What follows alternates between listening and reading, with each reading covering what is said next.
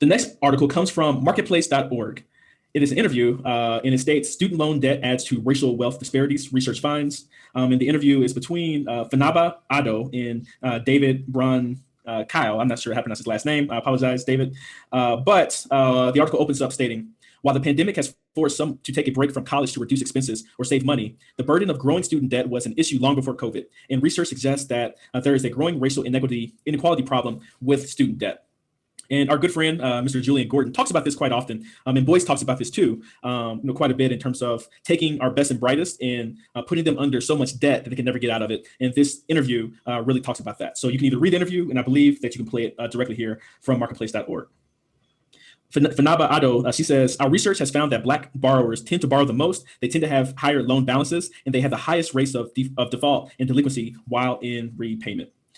She was asked, in terms of, what's happening. So basically, Black borrowers accrue more debt, and it takes them longer to pay it back because the debt lingers. And Otto says that's correct. So to attend post-secondary institutions, they are borrowing more. And of student loan borrowers who are in the repayment phase, Black borrowers tend to have longer repayment phases, while white student loan borrowers pay back their debt faster. So the disparity actually grows over time. That's actually one of the striking findings about my earliest articles that was exploring the relationship between parental wealth and debt accumulation. This is a separate point that I thought was very important.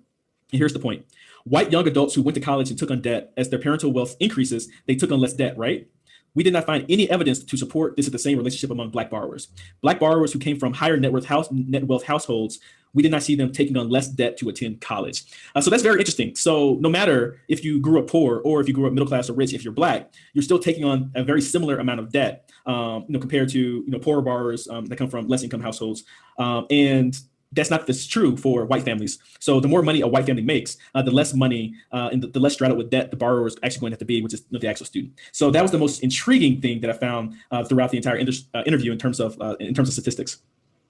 So Ms. Ms. Ado has some recommendations here. So thinking more about need-based aid, moving away from loan-based aid, but more to grants to help them pay for college so that they're not accumulating excessive amounts of debt if they don't have the resources to pay for college, in particular for people who are coming from low income and low wealth households.